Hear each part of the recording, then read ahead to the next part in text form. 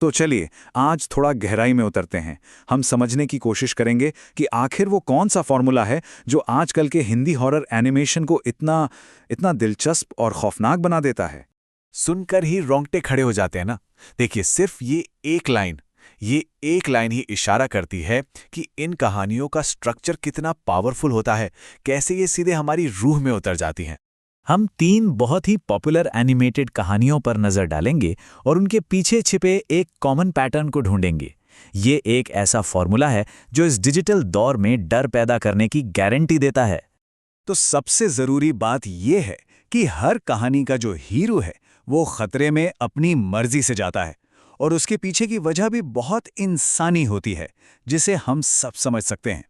यहाँ एक पैटर्न दिख रहा है, चाहे वो अपने काम को लेके घमंड हो या अपनी ड्यूटी निभाने की जिद हो या फिर बस बोरियत। मतलब वजह कोई भी हो, कहानी का हुक हमेशा कुछ ऐसा होता है जिससे हम आसानी से जुड़ पाते हैं।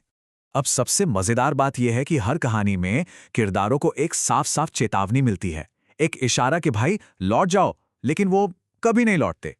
ये वो चेतावनी है जो नाव वाला उन 3 दोस्तों को देता है, साथ में एक काला धागा भी देता है बचाने के लिए, पर वो दोस्त उसे मजाक में उड़ा देते हैं।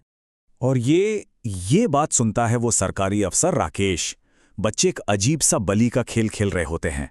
सोचिए खतरे का कितना बड़ा सिग्नल है ये, जिसे वो नजरअंदाज नहीं कर सकता। और यूट्यूबर स्वस्तिक के केस में तो चेतावनी रियल टाइम में आती है, सीधा उसके दर्शकों से। ये कहानी की खासियत है जो असली दुनिया और डिजिटल दुनिया के डर को मिला देती है।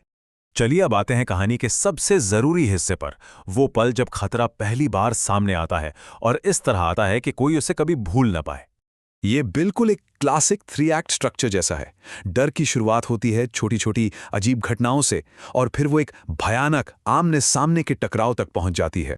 और ये एक बेहतरीन उदाहरण है कि कैसे ये कहानियां वक्त और सिंबल्स का इस्तेमाल करती हैं, क्लाइमैक्स से ठीक पहले माहौल बनाने के लिए, टेंशन को एकदम पीक पर ले जाने के लिए। इन कहानियों का असली मजा सिर्फ डराने में नहीं है, इनका मजा है कहानी के आखिर में आने वाले ट्विस्ट में, जो पूरी कहानी देखने का हमारा नजरिया ही बदल देता है। जैसे कि जांच करने वाले राकेश की कहानी में जब उसे लापता बच्चों की सच्चाई पता चलती है, तो वो कोई भूत प्रेत का चक्कर नहीं होता। ट्विस्ट ये था कि सारा खौफ, सारी बुराई की जड़ तो इंसान का अपना लालच और उसकी अपनी इच्छाएं थीं, शुरू से ही। पर सबसे खौफनाक ट्विस्ट तो स्वस्तिक की कहानी में आता है। जब वो अनाथालय में घूम रहा होता है तो अचानक उसकी अपनी ही लाइव स्ट्रीम पर एक कमेंट आता है, उसी के चैनल से।